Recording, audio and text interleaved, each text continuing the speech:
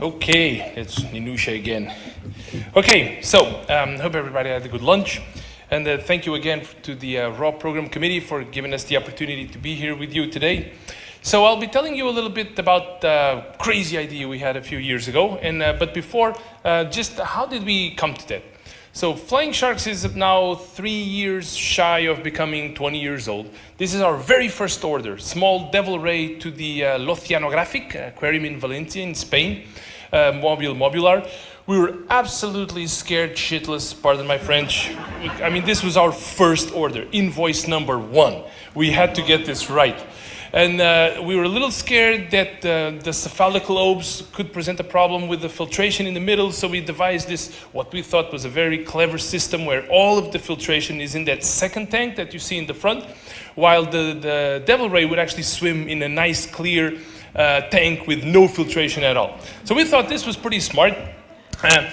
Just a couple of years ago, as a coincidence, I found out that IATA, the International Aeronautics Travel Association, actually adopted this model as the way to transport large animals, which I don't think is a really good idea to have something like this inside an aircraft with passengers eating dinner on top.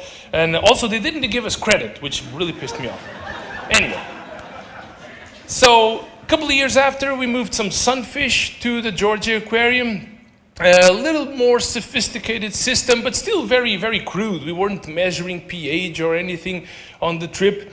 And so that's actually a 1947 DC-4 that we chartered from JFK down to Atlanta. So very cool trip, but still kind of, a little rudimentary. Let's jump to 2010. This is sort of it's become our signature order. We shipped 3,100 fish from Portugal to Istanbul, 44 tanks, 2 airplanes, 2 completely filled up airplanes with 44 tanks again.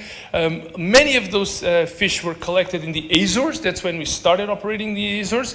You may notice Rui sitting right there again. Rui is taking care of these fish with our team. They were kept in 3 40-foot shipping containers. Folks had to do water changes with a pump. They had to provide lighting with their own private cars at night. So very, very difficult order. Then we had to move all these fish by sea to Lisbon, and then we consolidated everything, and then finally went to the airport with 8 semi-trucks. So amazing order. And this was a little more sophisticated. We had those 2 probes, pH probes. We were buffering the water. We were, of course, using lots and lots of Amquel to detoxify ammonia.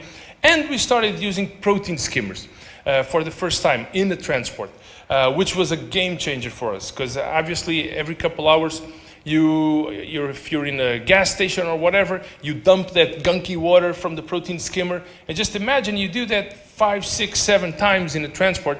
At the end of the transport, just imagine that you would put that gunky water back into the tank. I mean, that's nuts, right? So the protein skimmer is doing this amazing job of actually pulling organics out of your water. Unlike the other filtration, which, it's putting it in activated carbon, whatever, but it's still in the system. The protein skimmer is in fact pulling it out of the tank. So, very quickly, big order of salmon smolts from Norway. We did a similar one from Ireland to Portugal as well. We actually raised the salinity at the request of the client, so we did a smoltification in transit. And this was also a game changer for us, because we adopted this preventive philosophy of correcting pH. So we no longer correct pH when we don't like it. We actually correct it before. So before pH is going to drop, we actually add carb and bicarb. And you can see in the charts there that we originally, at the beginning of each transport, it takes us a few stops to get the exact dose right. Because of course, each transport, each tank is completely different. We've got different species, different bioloads. So it takes us a while to fine tune exactly the amount we want to add. But then we get to that sweet spot where we add pretty much the same amount on each stop, and we can keep pH exactly the same. It's like a flat line of pH throughout the rest of the transport, as you can see there.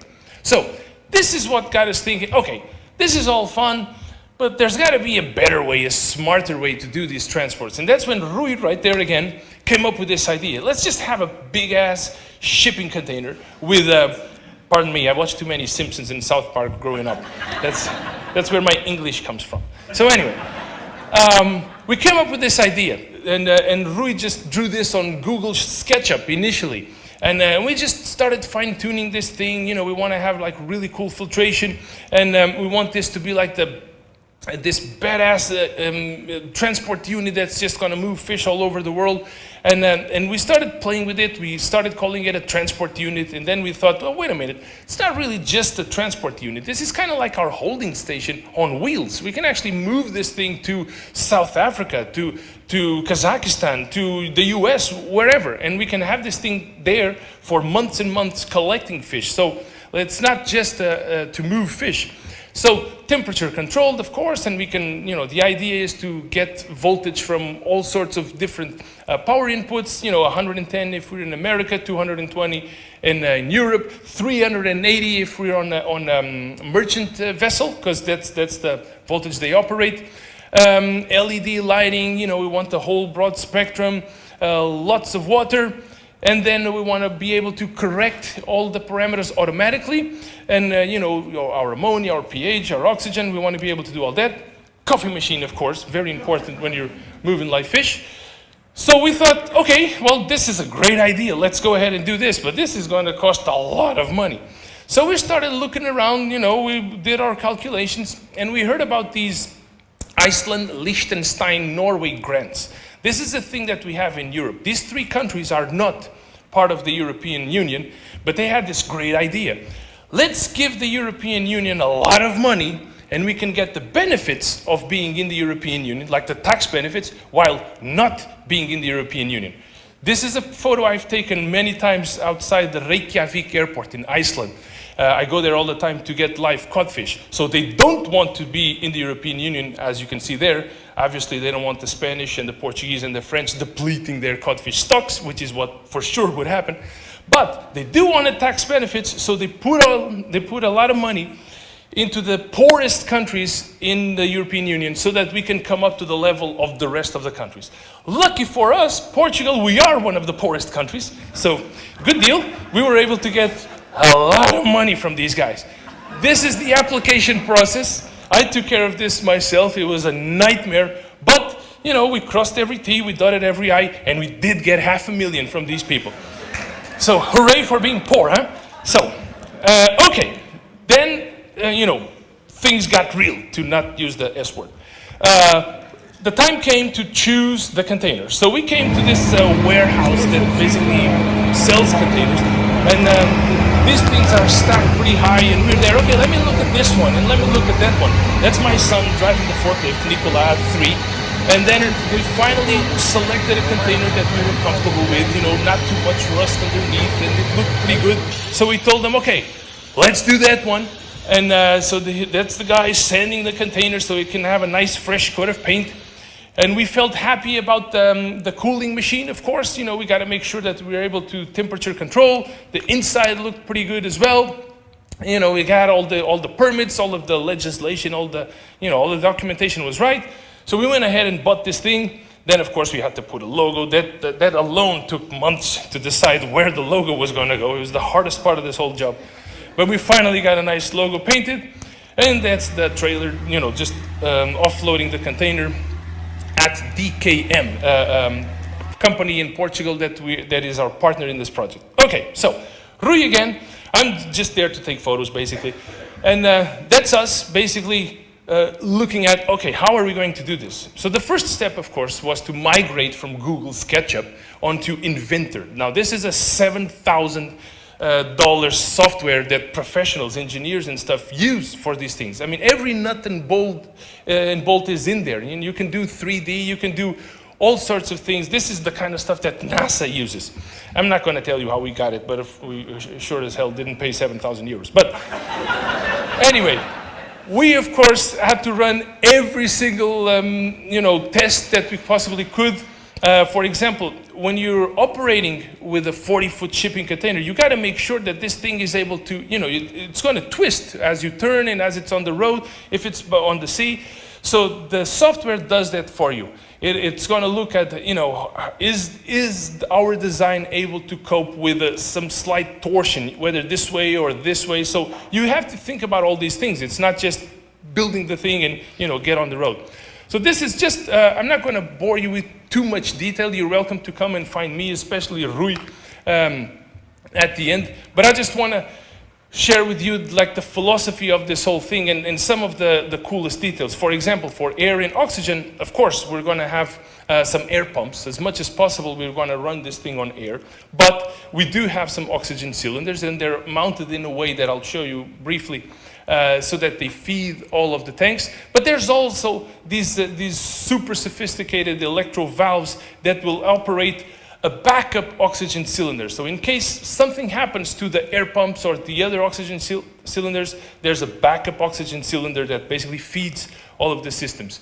The hydraulics are also pretty complex. So the largest particulated matter is basically going to be removed with these mesh bags. Very, very easy to use. We can stop at a gas station and just replace them, take out the old ones, put new ones in. So that's fine.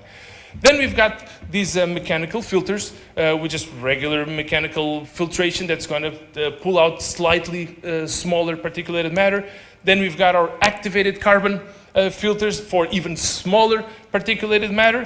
And then, of course, the UVs for disinfection. We want to kill all the bacteria, the virus, etc. And our friend, the protein skimmer, for all the dissolved matter. And again, we wouldn't dream of doing a transport these days without protein skimmers. They are the backbone of our filtration. Pumps, circulations. I put this picture here so I can get a free gin and tonic from Alex tonight.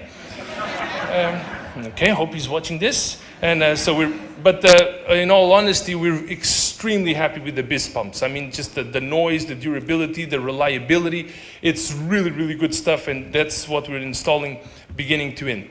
So the electrical board, this is the simplest schematic I could possibly show you of the electrical intricacies of this thing, which are far more complex for my brain to ever be able to explain to you. But we'll be able to receive different voltages, as I said before. There's some cute little details. For example, some places will provide you with 50 hertz. Other places will provide you with 60 hertz. Some of our equipment runs on 50, another equipment runs on 60. So we have to think about that. We have to be able to deal with both of those options. Otherwise, we will fry a pump, or we'll find ourselves without power in the middle of a trip. So, and again, when traveling by sea, the only thing they'll provide to us is 380, so we have to be able to deal with that as well. Needless to say, everything is worked into a system that's going to be monitored completely and continuously. We can look at all of this on our phones as we drive behind the truck. All of these different systems continuously monitored, and the critical systems will be hooked up to a UPS. If everything fails, there's a UPS unit that basically ensures that the critical systems are running. Okay, the generator, of course, if there's a problem, a generator feeds all of this. It sounds easy, okay, we'll just get a generator and put it there. But yeah, where do you put the generator? You got to make sure that temperature and vibration and noise doesn't affect your fish. So we're mounting this generator on the door. There's going to have to be, of course, some vents. This generator needs to vent hot air out. It needs to get fresh air in. There needs to be, again, isolation in case of a fire. We don't want a fire too close to the oxygen cylinders, of course. So all of these things need to be factored in, and in fact they were. Okay, there we go. So now just a little bit on the circulation. So we're going to have rectangular tanks, but of course, rectangular, the shape is not very good for most fish, especially elasmobranchs. So there's going to be round corners, but we want to use the whole volume. So, and in the corners, we're going to set up the pumps, but there's going to be these plates with very, very fine holes in them that will allow for water to come out and then to go in, using all that space, but making sure that the animals have a rounded surface and very smooth surface to swim in. That was the horizontal filtration. This is the vertical filtration, which we will also adapt to whatever kind of fish that we're moving. For example, if we're moving a big school of mackerel, we want to be able to suck up water in the whole vertical range of the tank. If we're moving more bottom-dwelling animals, such as rays or skates, we want to move more water from the bottom of the tank. So we are able to make that distinction depending on the type of animals that we will be moving. So this is what it looks like now on computer. We are starting to build this thing. Just we have two types of tank. We have the single tank, we have 3 of those, and then we have the double tank, the one that's going to move the big ass, Pristis, maybe, hopefully, or whatever. The oxygen cylinders will be mounted under the first tank inside this steel reinforced housing, just in case something bad happens. We want to make sure that no one dies, that the fish don't die, that the people driving behind the truck don't die. So there's a lot of safety and security issues involved with all of this, which is not really a Portuguese thing. So we had to kind of think outside the box, to worry so much about safety. That's why we have Rui on the team again. Anyway, very special moment. Just a few days ago, the very first equipment arrived to DKM's warehouse. The first filters, the first protein skimmers, the first tanks, and we are in fact starting to put all this thing together. So hopefully next year I will have some nice slides of this container on the road moving fish. Big lunch that we always have after these things. Rui again is the brain behind this whole operation. So please, if you have any technical questions, talk to Rui. If you need a dirty joke, talk to me. That's just reality. And let me just invite you again to come see us in the Azores, the European Union of Aquarium Curators. We're hosting that in September, and we'd love to have all you guys there. And let me thank you all again for your attention and for giving me the opportunity to be with you today. Thank you so much.